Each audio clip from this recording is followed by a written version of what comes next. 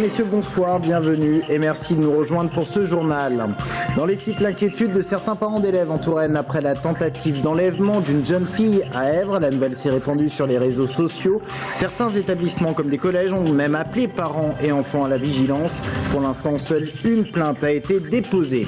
Les dessous du tram de Tours, on vous emmène les découvrir ce soir alors que les essais se poursuivent à Tours Nord. Les essais de freinage, aujourd'hui en charge maximale. Les images dans quelques instants. Et puis la loi Malraux à 50 ans, cette loi qui a sauvé de la destruction les quartiers historiques de nos villes. Vous verrez que Tours a été laboratoire en matière de sauvegarde et de réhabilitation de ces zones. Tout est parti d'une plainte déposée par une collégienne d'Èvres. Celle-ci aurait été victime d'une tentative d'enlèvement. Le signalement, un homme à bord d'une fourgonnette blanche immatriculée dans le 86. Une nouvelle qui circule rapidement sur les réseaux sociaux. L'affaire est même prise au sérieux dans plusieurs établissements scolaires, parents et enfants appelés à la vigilance. Et voilà l'inquiétude qui s'empare de nombreux parents d'élèves. Aurélie Renaud. Les parents d'élèves du collège d'Èvres seraient un peu plus nombreux que d'habitude à venir chercher leurs enfants à la sortie des cours. Une semaine après la plainte pour tentative d'enlèvement déposée par une élève de 5e, les familles tentent de ne plus laisser les enfants rentrer seuls à la maison. Surtout les jours où ils ont des horaires un peu différents. C'est-à-dire qu'au lieu d'être un groupe de camarades à rentrer ensemble, ils se retrouvent seuls. Et donc les parents préfèrent qu'ils soient accompagnés plutôt que rentrer tout seuls. Voilà. Avant, elle prenait le bus, elle prenait le bus à 7h30 du matin. Là, dans un arrêt de bus, c'est même pas éclairé, rien du tout. Et c'est vrai que ça fait un peu peur. Donc, puis elle est toute seule surtout à prendre le bus. Donc non, moi je préfère la ramener en voiture. Puis même si je dois me lever de bonne heure. Si l'inspection d'académie appelle au calme et à la vigilance, l'affaire de la camionnette blanche prend de l'ampleur, notamment sur les réseaux sociaux où l'on parle d'affaires similaires à Bléré ou à Thé-sur-Cher. Des informations démenties ce jour par la gendarmerie. Contactés par téléphone, certains chefs d'établissement nous confient néanmoins avoir reçu beaucoup d'appels de parents inquiets. Il faut dire que certains collèges ont mis en ligne un avis aux familles où, après la description de la camionnette et de son conducteur, on indique un risque de récidive. Il faut que les parents incontestablement soient vigilants.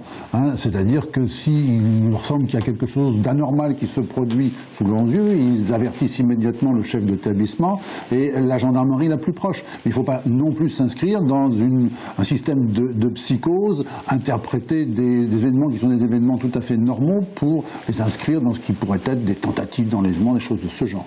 Chargée de l'enquête, la brigade de recherche de Loches n'aurait aujourd'hui aucun élément qui permettrait d'infirmer ou de confirmer la plainte déposée par la jeune fille.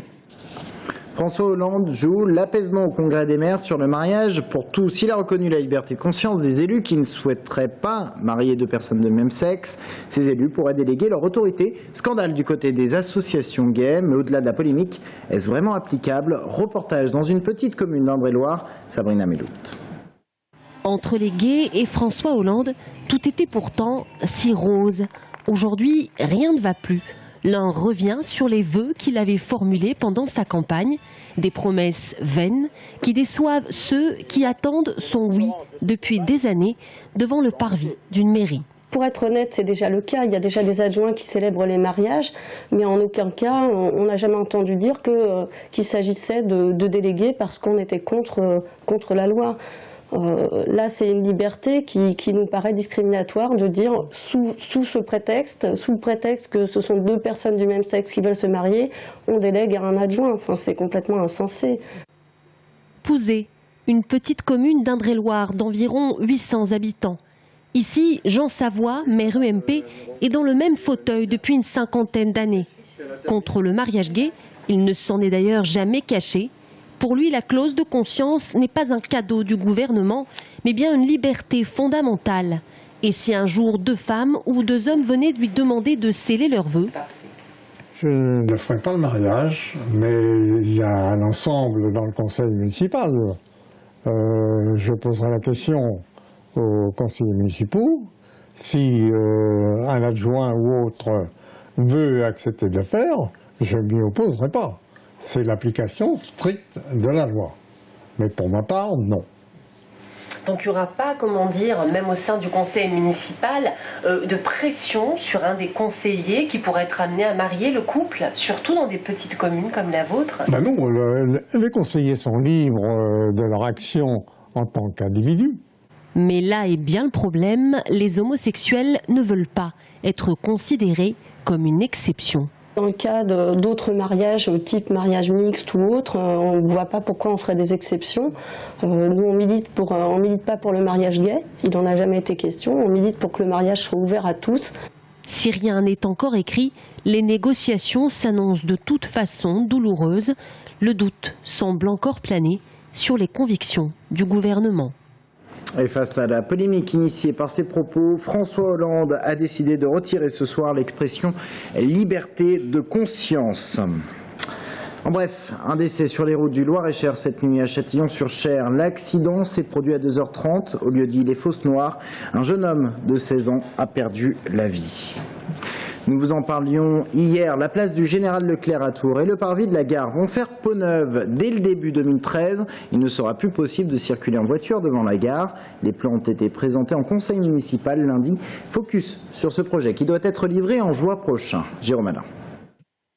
Voilà à quoi ressemblera le parvis de la gare à l'été 2013. Il n'y aura plus de voitures sur les rues de Nantes et du Général Leclerc.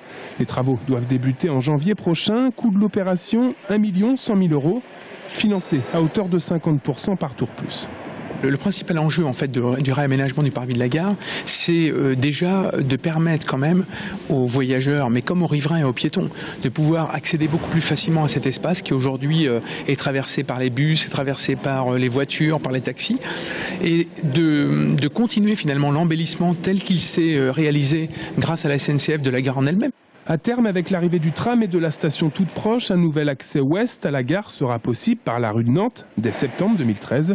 Ces nouveaux aménagements et la transformation complète des abords de la gare concernent pas moins de 4000 m² de surface. La rue de Nantes sera entièrement dédiée aux piétons et aux vélos avec 2,40 m d'emprise d'espace vert entre la gare routière et la rue. Seuls les taxis et les cars auront accès à la gare. Une réflexion est en cours sur le devenir du plan de déplacement urbain des transports en commun autour de la place du Général Leclerc. Un réaménagement, vous l'avez vu, qui est lié à l'arrivée du tram. Le tram qui est actuellement en essai à Tours-Nord depuis une semaine et demie. En ce moment, les équipes techniques procèdent au test de freinage à charge maximale.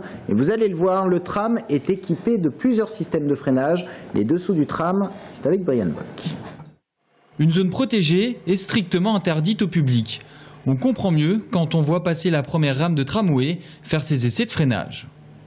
Ce sont des essais sécuritaires qui permettent de garantir que le tramway s'arrête aux distances qu'on a calculées, qu'on a déjà essayé d'ailleurs dans notre usine à La Rochelle, notre usine Alstom, et qu'on vient vérifier ici sur le site d'exploitation réel. Pour effectuer ces essais de freinage, près de 1000 blocs de fonte de 25 kg chacun ont été entreposés à l'intérieur de la rame. Tous ces blocs représentent ainsi une charge totale de près de 26 tonnes, la charge maximale que le tram peut transporter. Le système de freinage d'un tramway est composé de 3 parties, un frein électrique inclus dans les 6 moteurs de la rame, comme celui-ci, un frein à disque pour freiner en dessous de 13 km/h et un frein patin qui se plaque au rail en cas de freinage d'urgence. Pour assurer une adhérence maximale, du sable peut être projeté sur la voie par ces tuyaux. On a des essais particulièrement poussés sur la première rame. Les essais sont plus allégés sur les rames suivantes, puisqu'elles suivent toutes le même process de fabrication. Et donc il n'est pas utile de vérifier tous les modes, ce qu'on appelle les modes dégradés, c'est-à-dire les pannes moteurs qui pourraient subvenir et qui pourraient rallonger les distances d'arrêt par exemple. Les essais sécuritaires de freinage se termineront vendredi pour laisser place plus tard à des essais d'endurance. Pour le moment, la rame a passé les tests avec succès. Tennis de table et la France qualifiée pour l'Euro 2013. Hier soir, elle s'est imposée à Tours 3-2 face à la Serbie. C'était à la Halle Montconseil. Les Français qui accèdent donc aux 8e de finale des championnats d'Europe qui auront lieu en Autriche. Pour terminer ce journal, on parle d'une loi qui fête ses 50 années d'existence. La loi Malraux, celle qui a sauvé les quartiers historiques de nos villes de la destruction. Vous ne le savez peut-être pas, mais Tours a été ville laboratoire en la matière. Regardez plutôt ce reportage signé Anaïs Michon. C'est en 2013, au terme de 4 années de travail, que s'achèvera le plan de révision-extension du secteur sauvegardé mené par la ville de Tours. D'un coût total de 600 000 €, dont la moitié est financée par l'État, cette étude servira à établir un document de référence déterminant les règles d'urbanisme dans le secteur sauvegardé. C'est un travail extrêmement minutieux qui est fait îlot par îlot, où il y a un certain nombre de relevés sur la qualité des bâtiments, sur l'isolation, sur l'organisation des placettes. Donc il y a des mises à jour pour la partie révision et pour la partie extension, ce sont des fiches nouvelles qui sont établies. Un secteur sauvegardé étendu puisqu'il inclura les quartiers Lamartine-Courteline, l'emblématique Cité MAM, le secteur de l'église Saint-Pierreville et les façades 19e des boulevards Béranger et Heurteloup. Passant ainsi de 90 à 150 hectares, il sera l'un des plus grands de France. Mais il fut aussi l'un des premiers puisque le projet de restauration avait été lancé avant même la fameuse loi Malraux sur les secteurs sauvegardés. Il y avait un plan d'urbanisme qui a été établi en 1958 et adopté en 1959. Ce plan d'urbanisme avait pour vocation d'éradiquer tout cet taudis par la destruction totale. Donc le quartier, le Vieux-Tour, était donc en 1959 destiné à la destruction. Et il y a un architecte qui s'appelait Pierre Boal, un architecte local, qui au même moment a sensibilisé les décideurs, à la fois les décideurs locaux et aussi les décideurs au niveau national, pour préserver ces quartiers anciens. C'est en 1962 que les travaux débutèrent pour durer plus d'une dizaine d'années. Au programme restauration des façades bien sûr, mais aussi traitement intérieur des maisons pour améliorer le confort et l'hygiène dans un Vieux-Tour alors insalubre. Aujourd'hui, Tours fait partie des 103 villes françaises possédant un secteur sauvegardé. Ici se côtoient vestiges gallo-romains, bâtiments médiévaux, architecture classique, façade 19e et bâtisse 20e. C'est d'ailleurs ce qui fait la particularité de la cité tourangelle. La ville de Tours a un patrimoine très varié et là où je trouve qu'il est un peu spécifique, c'est sa période de reconstruction, puisque à la suite des bombardements, il y a toute une architecture qui est assez spécifique, qui n'est pas encore tout à fait reconnue. Et ça, je crois que c'est une véritable chance pour la ville. 50 ans après, l'idée de Pierre Boal et d'André Malraux est donc honorée. Et pour que les Tourangeaux se souviennent de l'histoire de ce vieux tour rescapé, l'année 1962 avait été inscrite en briques sur la façade d'une maison de la place Plumereau. Quant à Pierre Boal, il a aujourd'hui sa plaque à l'autre angle de la place, en attendant peut-être une rue à son nom. C'est la fin de cette édition, merci de l'avoir suivi. Dans un instant, nous recevons Bruno Grosset, c'est le président de la FNAIM 37. Restez avec nous.